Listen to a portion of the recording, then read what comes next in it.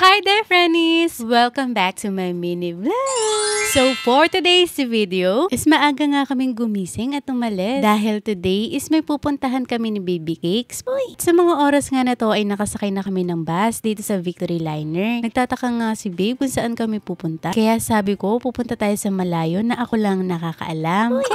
Habang nasa biyahe kami ay nagulat si Babe dahil nasa San Fernando, Pampanga ng araw kami. Kaya sabi ko sa kanya, sit back and relax dahil malapit na kami sa pupuntahan namin. At sa mga oras na to ay pababa na kami. Tapos hindi na nagsasalita si Babe dahil kailangan na niya maglabas ng sama ng loob. Kasi kanina pa nga raw masakit yung tiyan niya. Kaya alam niyo na yung ibig sabihin nun. Kaya dali-dali kami sumakay ng tricycle pero sabi ko kay manong driver, dumaan muna kami sa Goldilocks saglit. Kasi bibili lang kami ng cake. Kaya ayan, nalaman tuloy ni Babe kung saan kami pupunta kasi nakita niyo yung nakasulat sa cake. Ganito pala ang tamang pagsakay sa tricycle, dapat nagsusubuan. I love you. Malapit na nga kami sa pupuntahan namin pero sabi ko kay Babe ay dumaan muna kami rito kasi kailangan na niya magpalinis ng teeth. At ito nga ay nakita-kita na kami nila Ate Ja at nabigay na rin namin yung cake. Kaya ito, picture muna sila ni Chang Ronnie. Kaya sa mga oras na to ay umalis na kami dahil nagkayayaan kami mag-lunch. Kasi tanghali na pala. Sobrang bilis ng oras at napakainit pa. Giat.